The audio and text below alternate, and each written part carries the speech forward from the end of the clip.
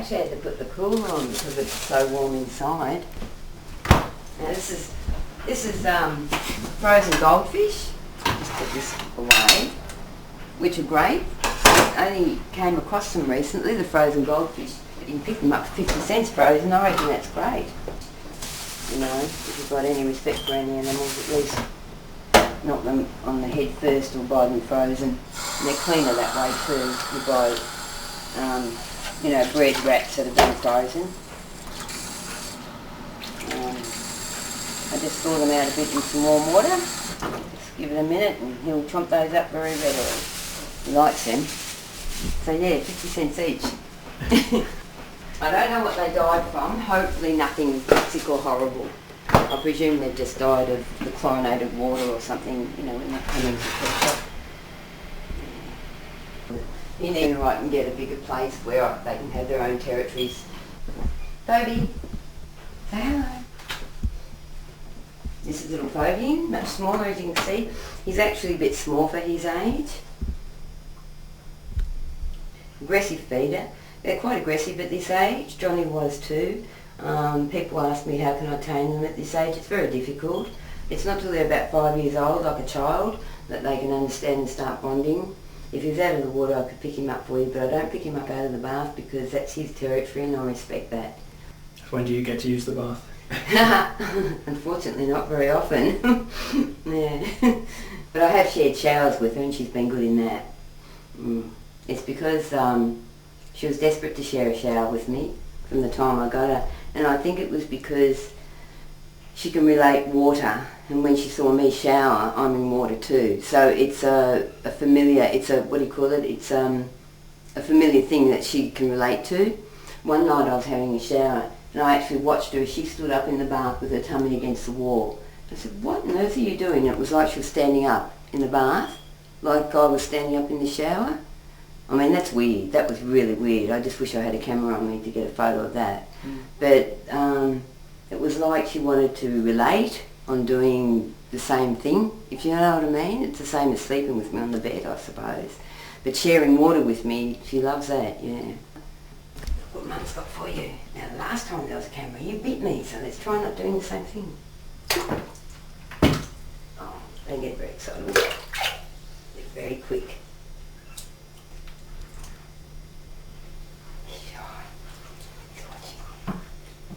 See how they get up out of the water and the tail to help the food go down? This is where I find when I feed them out of the water that they have a little bit of difficulty swallowing because they can't get that buoyancy to get their head right up. But my crocs are just so spoilt, they just get fed in the water or out of the water. Whenever they want to feed, they get fed. Chomp on it, that's it. This is a big one. They're amazing. He's very shy, otherwise he'd be gulping that down in front of us. Come on. He was chasing, it's funny, you know, this is so different. See, he doesn't know you. He was chasing Andrew before, this morning, when Andrew was getting ready for school. He was chasing Andrew out the door. So. So your family get on fine with all of them? Yeah, we do. Well, there's only Andrew and myself, and the little one's putting it over Andrew. I keep saying to Andrew, you've got to stand your ground, because Johnny still puts it over Andrew. Always has. Andrew hates the crocodiles, because they've always put it over him. I said, you've got to stand your ground. They won't bite if you stand your ground. They'll run up and charge you and that, and they'll just stop there and look at you. They won't bite, you know. But you've got to stand your ground. You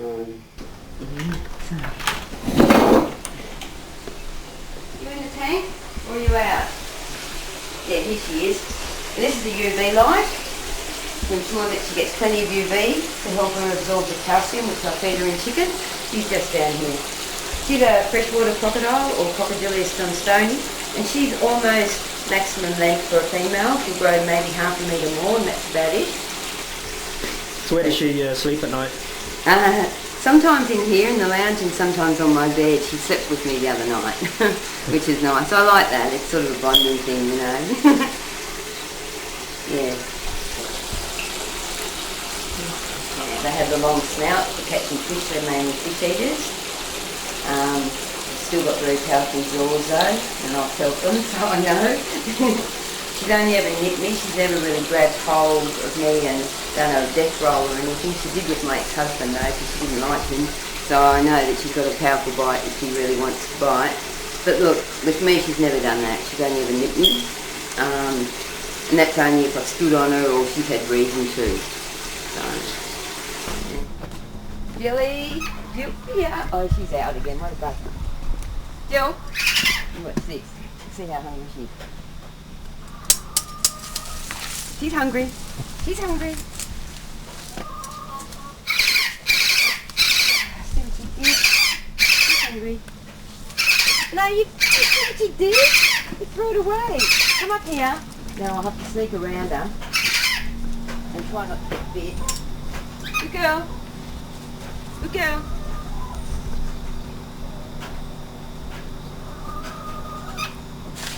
Good girl. Now sneak around and get the other bit. That's a good girl. Can you do that? No, not Mummy's feet. That good girl. She's a good girl. No, I've got no more. I have to feed you tomorrow. It's all that's sorted out. She's a good girl, yeah? So what type of croc is she? She's a saltwater crocodile, or they call it Crocodylus porosus. These are our man-eating ones. They're not really man-eating ones. I mean, they can eat man, sure. But gentle giants, really. Well, that is until she gets me. Hopefully she won't. If she ever got my hand, I believe it would be a mistake because of their close-up vision. I don't believe she would really hurt me because I'm her feeder. So to hurt me would not benefit her. But then people think I'm mad, so... Will she grow much bigger? She'll grow up to 20 feet, which is big. I mean, that's really big. Maybe 15 feet would be a good average size, or more. Yeah. Take a long time though, 60 odd years. But she is beautiful, aren't you? Yes, you're a good girl. You're a good girl. She is a good girl. She really is. She's beautiful. It's a lovely warm day for her too. Yes. Yes. You never look at them in the eyes. It's a bit hard not to sometimes, but I try not to. So she obviously knows you and she remembers you every day Oh, she definitely knows me. I notice when I'm alone feeding her and stuff, she's much more gentler taking the food and much more compliant with things. When there's other people around, especially when she's in a tank, she's very shy. Yeah, I have to be very careful with people around. She's more likely to get a little bit more, not aggressive, but just be a bit more defensive of her territory. But when there's just me, she's not a problem at all. I still keep one eye on her all the time. It's not that I don't trust her, it's just that just one little love bite from her could do some real damage. Oh, look, she's off. I think it's fine, isn't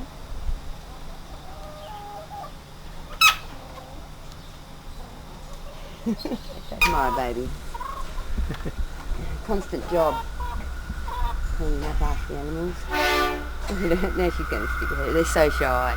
But they're cute.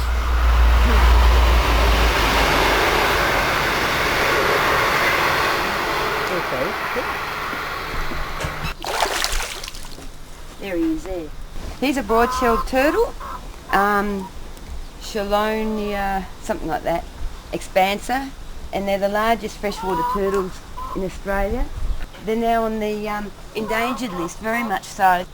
And she's not going to poke her head out. She will in a minute. Come on. Broady. Broady. Good. They're so funny. Come on. Tickle turtle. She's hissing at me. I love the turtles. They've got the most innocent looking eyes when they look up at you. There's her head anyway.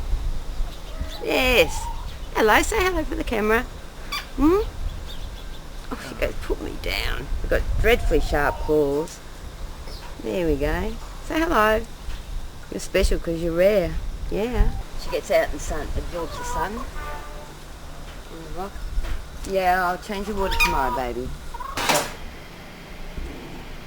So how many animals have you got here altogether? Oh, too many.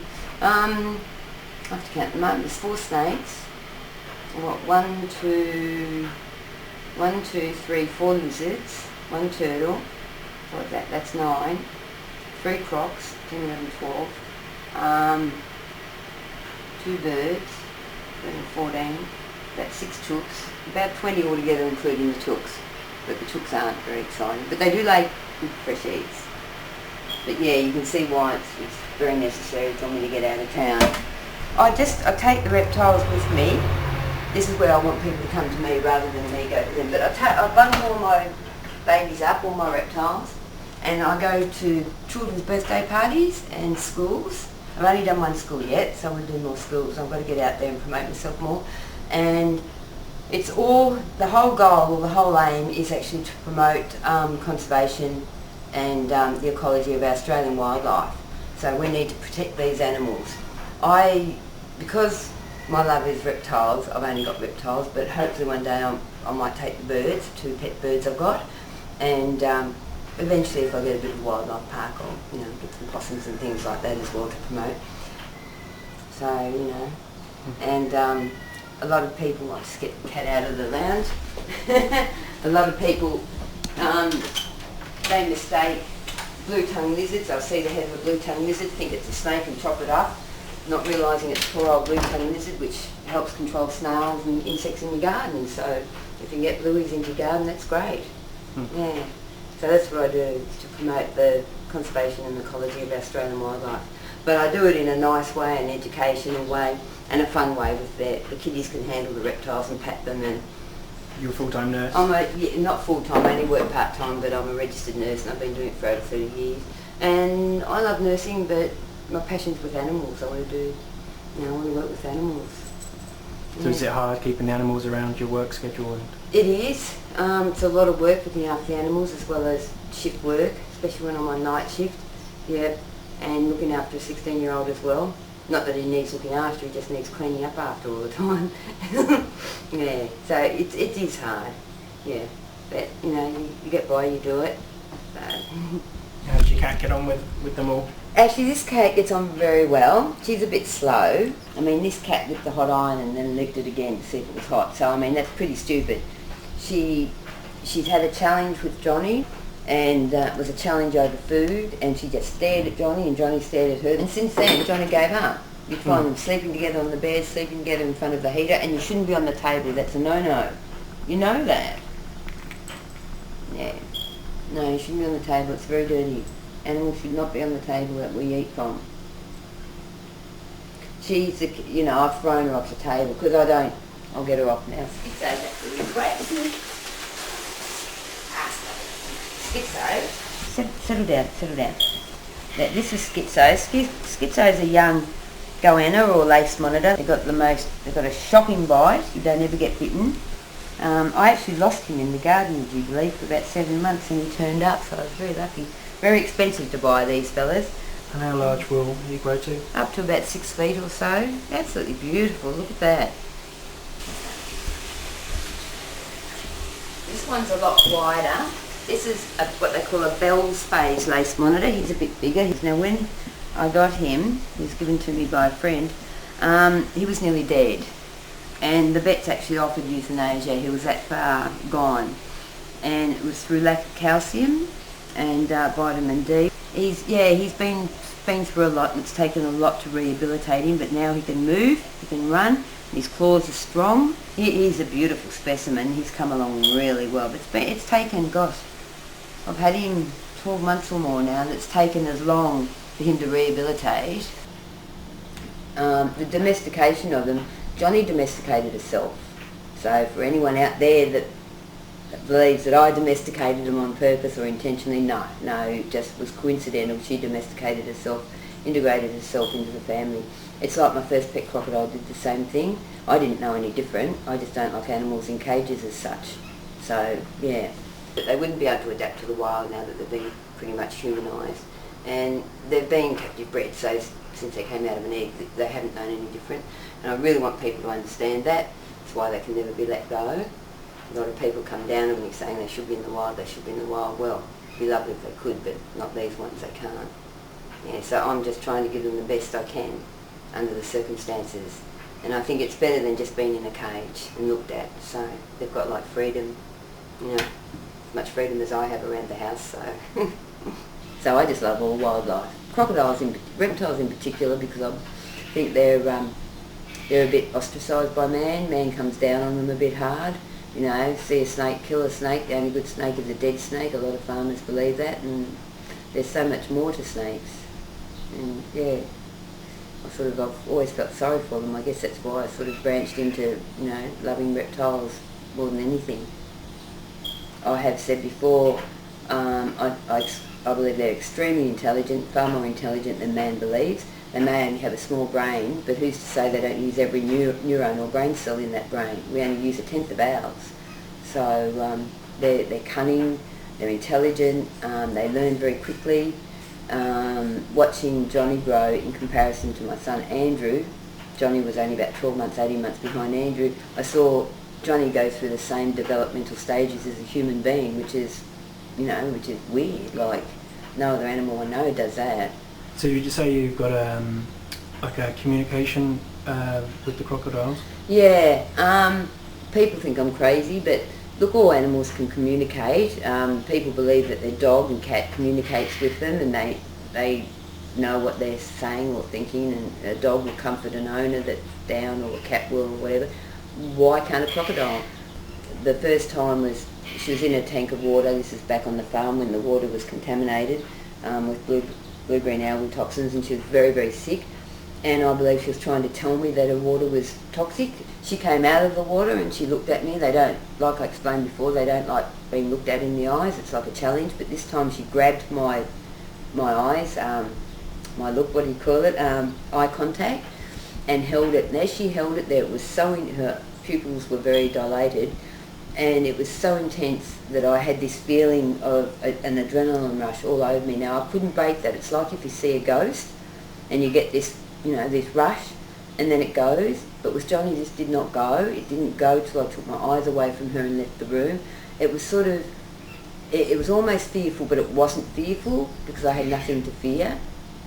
And that's happened a few times, and I truly believe she was trying to tell me something, and she was trying to communicate with me telepathically.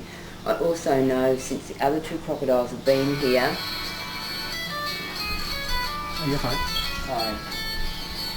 I should turn it off. Pat, I know they vocalise. I've heard that all three of them vocalise.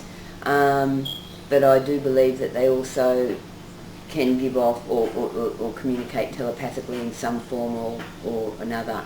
And I know the feeling I got from Johnny, and a couple of times from Jilfia it happened too. It was just a look she gave me and a sudden feeling. Now it could be just a fear thing, I don't know, but I didn't feel fearful at the time. But I know when Johnny was very sick, she was definitely trying to tell me something. And that's why I believe they talk telepathically. It's only happened on a few occasions, and it was when our bond was very, very strong, when she was very, very sick, and probably it was necessary for her to try and get through to me something, yeah, or whatever. Yeah. Okay. Does that make sense? Yeah. Oh, people just think I'm crazy. It's the most unreal feeling. It is. I think it happened to someone actually that visited. They felt it too. I can't remember who now, I might say so many visitors, but yeah, it's happened to them. It's just, it is an unreal feeling. And when you see a ghost or whatever and you get this feeling and it just goes, but this doesn't go. And it's very similar. And it's, your hair's standing on end. You know that it's someone trying to get through to you, you know? Yeah. So, anyway. Yes. Do you get a lot of media attention or attention from different people? I mean, I keep saying to the media, well, what's so special? I mean, they're just pets. And they say, no, they're not just pets, they're more than that. No one else has, you know, domesticated crocodiles as pets that they walk down the street on a leash and that, which I find quite odd because, I mean, I don't know, you know, why not?